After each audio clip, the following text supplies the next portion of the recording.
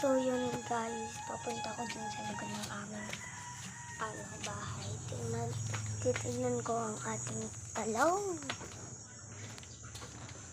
Ito, andito na guys sa likod.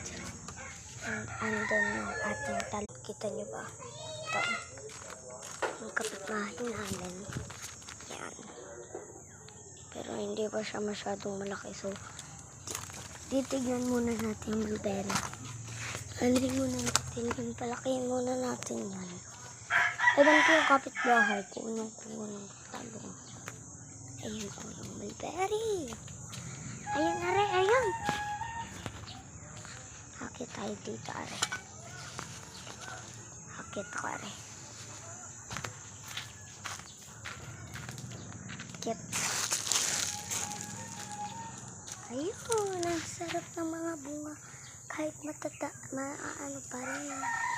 Kahit maaano pa. Hindi pa siya masyado.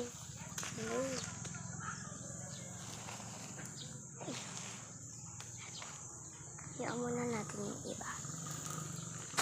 Ako si farm girl kasi wala talaga kaming farm. Konti lang Ay! Kinuha ko na naman. Nakatest ko na pala yung mga mangga and pinutulan ni Papa. Ito yung ano na namin. Mangga. Mangga. Punta tayo. Chikira ba ngayon ba? Malaki lang talaga yun, be. Dun sa, yun lalaki yung mangga. Meron pa dito, malalaki. Malalaki siya, sabi ko sa inyo. Malalaki sila. Walang maliliit, mga besh. Tignan ko yung isa pang mulberry doon, tapos yung malunggay. Kung pwede nang ulamin ang malunggay. Ang init. Katirik ang araw. Ito, okay na tong mga dito.